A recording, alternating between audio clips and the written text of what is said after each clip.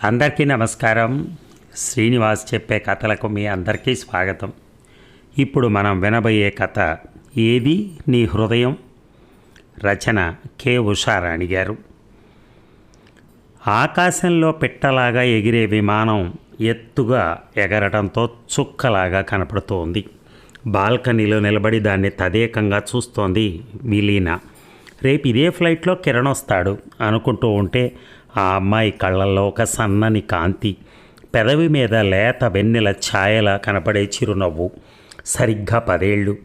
Video కాల్స్లో చూస్తూనే ఉన్నా, రోజూ మాట్లాడుతూనే ఉన్నా. దూరమే. సముద్రాల కవతల కిరణ్, యువతల విలీన.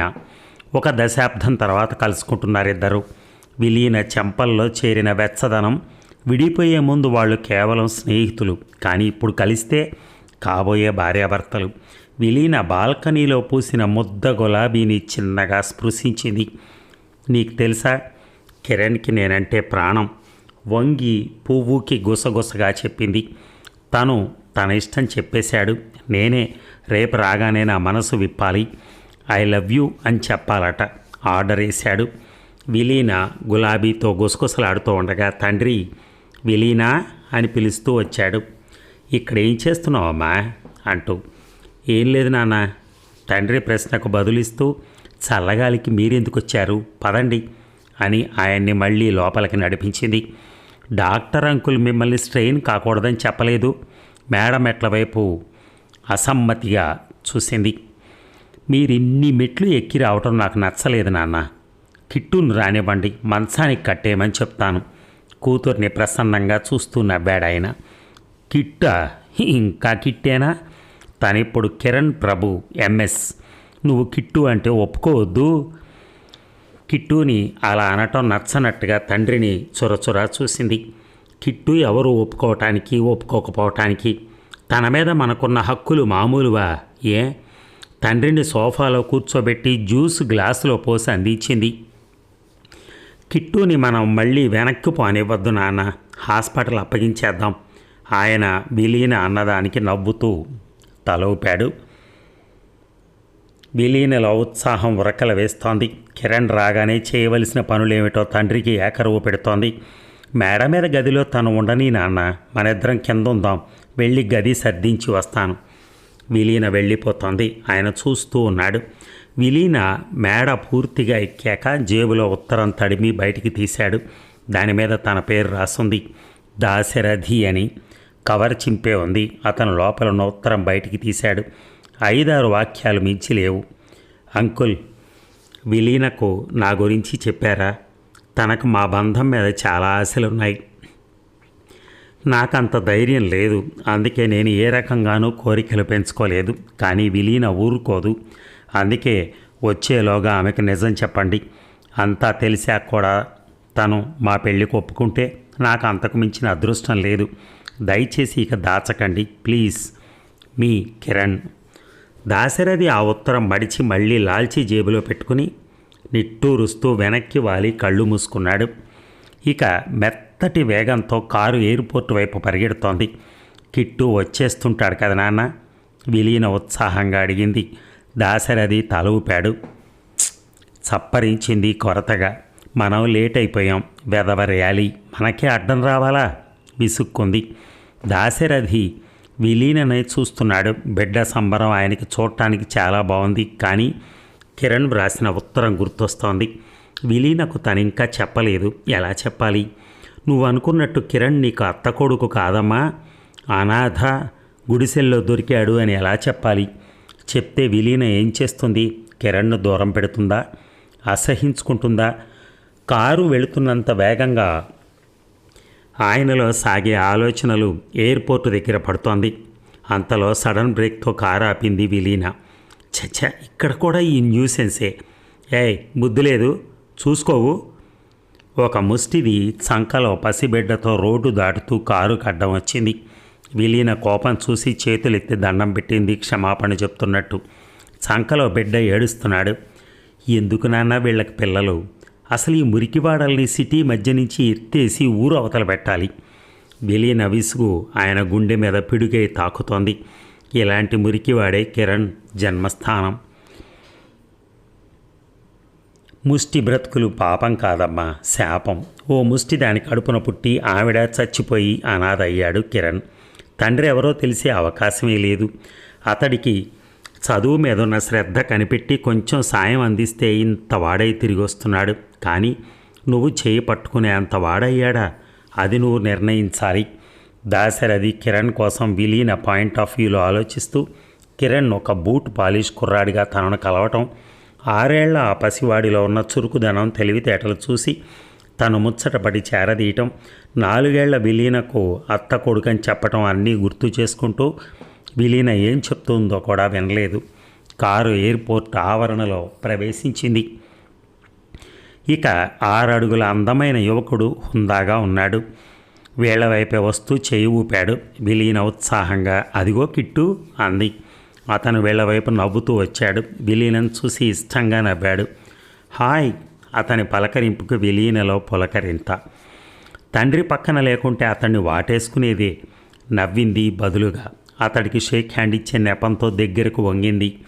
హీరోలా ఉన్నావు కిరణ్ అంది గుసగుసగా. నువ్వేం తక్కువ కాదు, మిస్ ఇండియాని మించిపోయావు. అతడు పొగుడుతూ ఉంటే అందమైన సిగ్గు ఆమె కళ్ళల్లో కదలాడి మెరిసిందొక క్షణం.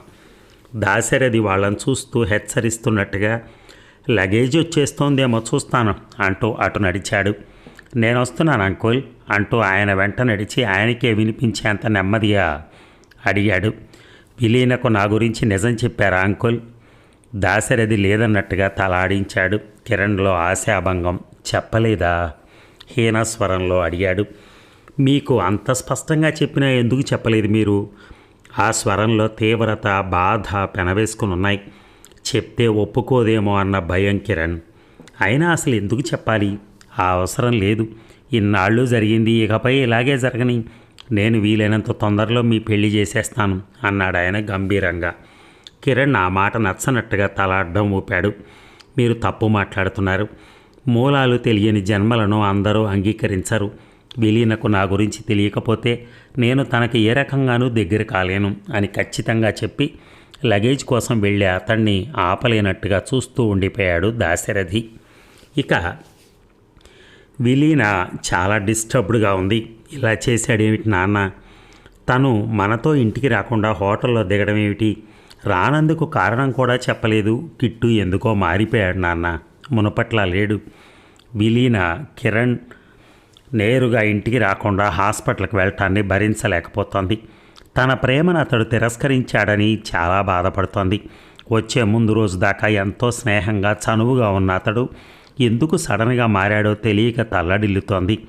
విలీన ప్రతి క్షణం కిరణ్ కోసం ఫీల్ కావటం భరించలేని దాశరథి ఒక నిర్ణయానికి వచ్చేశాడు. నిజం చెప్తే తప్ప విలీన అపార్థం తొలగదని అతనికి అర్థమైంది. అందుకే విలీన గదిలో ఒంటరిగా బోర్లా పడుకుని బాధపడుతుంటే తన గదిలోకి వెళ్ళి మందలించాడు. విలీన, ప్రశాంతంగా నేను చెప్పేది వింటావా అని ఒక మెత్తని స్వరంతో అడిగాడు. ఇప్పుడేం వినను నాన్న, కయ్యమంది. నాకు కిరణ్ మనసులో ఏముందో తెలిసే వరకు ఏమీ వినను గట్టిగా చెప్పింది. కిరణ్ మనసే నీకు చెప్తాను, అదే విను తల్లి, ఒక్క 5 నిమిషాలు నాకివ్వు అంటూ పక్కన కూర్చున్నాడు. ఇక అదొక మురికివాడ. మధ్యలో పాడుబడిన గుడి. ఆ గుడి ఆవరణంతా మట్టి కొట్టుకుపోయి ఉంది. అలా దుమ్ము ధూళి నిండిన అరుగు మీదే వెల్లికిలా పడుకొని ఉన్నాడు కిరణ్. ఖరీదైన దుస్తులు, ఆరోగ్యంగా అందంగా ఉన్న రూపం. అతను ఆ పరిసరాల్లో విడదీసినంత వేరుగా కనపడుతున్నాడు. అతనికి కంటికి కనిపించే మురికివాడలో ఒక పసి ఏడుపు వినపడుతోంది. ఆకలికి ఏడ్చే ఆ చిన్న గొంతుకలో దైన్యం వినపడుతోంది.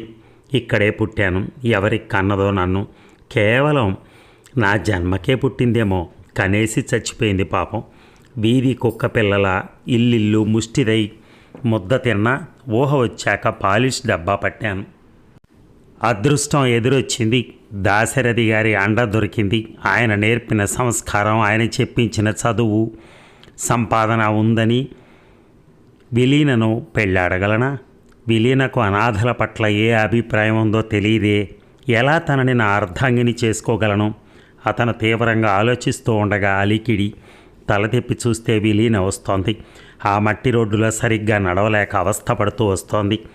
చెప్పు రాతి గుట్ట మీద జారి పడిపోబోయే విలీనను చప్పున పట్టి ఆపాడు. తనను పడిపోకుండా పట్టుకున్న అతడి కళ్ళల్లోకి చూసింది.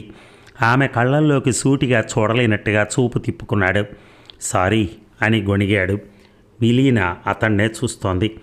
నేను థ్యాంక్స్ చెప్పాలేమో వ్యంగ్యంగా అడిగింది. అతను మాట్లాడలేదు. ఆమె అతని చేయి పట్టుకుని ఆ అరుగు వైపే నడిచింది. విలీన కూర్చుంది. కూర్చో కిరణ్ అంది మార్ధవంగా. కిరణ్ తప్పదన్నట్టుగా కూర్చున్నాడు. హోటల్కు వెళ్ళాను, నువ్వు లేవు. ఆమె చెప్తుంటే అతను వింటున్నాడు. ఇక్కడుంటావని అనిపించింది. చటక్కన తలెత్తాడు. అతడి కళ్ళల్లో ప్రశ్నలని చదివేసింది ఆమె. నాన్న అంతా చెప్పారు. కిరణ్ మొహంలోకి ఉద్విగ్నత పొంగుకొచ్చింది. చప్పున చేయి పట్టుకున్నాడు. అంతా చెప్పాకే వచ్చావా నిజంగా? ఆ గొంతులో వణుకు. విలీన నవ్వింది. ఆమె తన బ్యాగులోంచి ఒక చిన్న బెలూన్ని బయటికి తీసింది. అతని ప్రశ్నకు జవాబు ఇవ్వకుండా దానిలోకి బొగ్గలు పూరించి గాలి ఊదింది. ఆ బెలూన్ దిల్ ఆకారంలో ఉబ్బింది. ముడివేస్తూ కిరణ్ని చూసింది. కిట్టు, ఇది నువ్వు నాకు ఇచ్చిన మొట్టమొదటి గిఫ్ట్. నా పుట్టినరోజు కొనిచ్చావు. ఇది కొనటానికి నువ్వు స్కూల్లో గ్రౌండ్ ఊడ్చానని చెప్పావు. అప్పుడే నువ్వు నా కోసం అనిపించింది. అత్త కొడుకువి అని నాన్న అంటే అదేదో పెద్ద బంధమని నేను నిన్ను ఇష్టపడలేదు. ఇదిగో ఇదే నీకు నాకు మధ్య ఉన్న అసలైన బంధం. ఇక ఇప్పుడు చెప్పు, నీ గతమే మన మధ్య అడ్డమని నువ్వు అనుకుంటే, ఆ గతమే మన మధ్య బంధమని నేను అనుకుంటే, మనిద్దరిలో ఎవరు రైటు ఎవరు తప్పు? విలీన స్వరంలో ప్రేమ ఉంది. అంతకు మించిన దృఢత్వం ఉంది. ఆమె కళ్ళల్లోకి ప్రస్ఫుటంగా కనిపించే స్పష్టత చూపుల్ని తన మీద నిలబెట్టి విలీన అడిగే ఆ ప్రశ్న, ఆమె చేతిలో హృదయాకారంలో ఉన్న బెలూన్ని మార్చి చూసి చేయి జాపి విలీనను దగ్గరికి తీసుకున్నాడు కిరణ్. అతడి పెదవులు ఆ గాలి బుడగను శుతిమెత్తగా తాకాయి. విలీన నవ్వింది. అది నా హృదయం కవ్విస్తున్నట్టుగా అంది. ఆడపిల్ల మనసును ముద్దాడే హక్కు రావాలంటే తమరు నా వెంట రావాల్సిందే. ఆ మాటలలో ఉన్న కొంటెతనం గిలిగింతలు పెట్టినట్టుగా కిరణ్ నవ్వాడు. సిద్ధంగా ఉన్నాను. అయినా అప్పుడెప్పుడో ఇచ్చేశావు ఆ హక్కు ఈ రూపంలో. అతడి దృష్టి హృదయాకారంలో ఉన్న బెలూన్ పైన పడింది. నేను ఇచ్చింది గాలి బుడగ. నువ్వు దాని నిండా నీ ప్రేమను నింపి దాన్ని నీ హృదయంగా మార్చేశావు. ఏది నీ హృదయం ఒక్కసారి ఇవ్వు పదిలంగా అందుకున్నాడు. విని, నువ్వు నా గురించి అంతా తెలుసుకుని ఐ లవ్ యూ చెప్పాలని కోరుకున్నాను. నువ్వు చెప్పే ఐ లవ్ యూ ఇంత అందంగా ఉంటుందనుకోలేదు. ఎర్రటి హృదయంపై అతడి దృష్టి ఇష్టంగా వాలి నిలబడింది. విలీన నవ్వింది. ఇక్కడ అందం బెలూంది కాదు, మన ప్రేమది.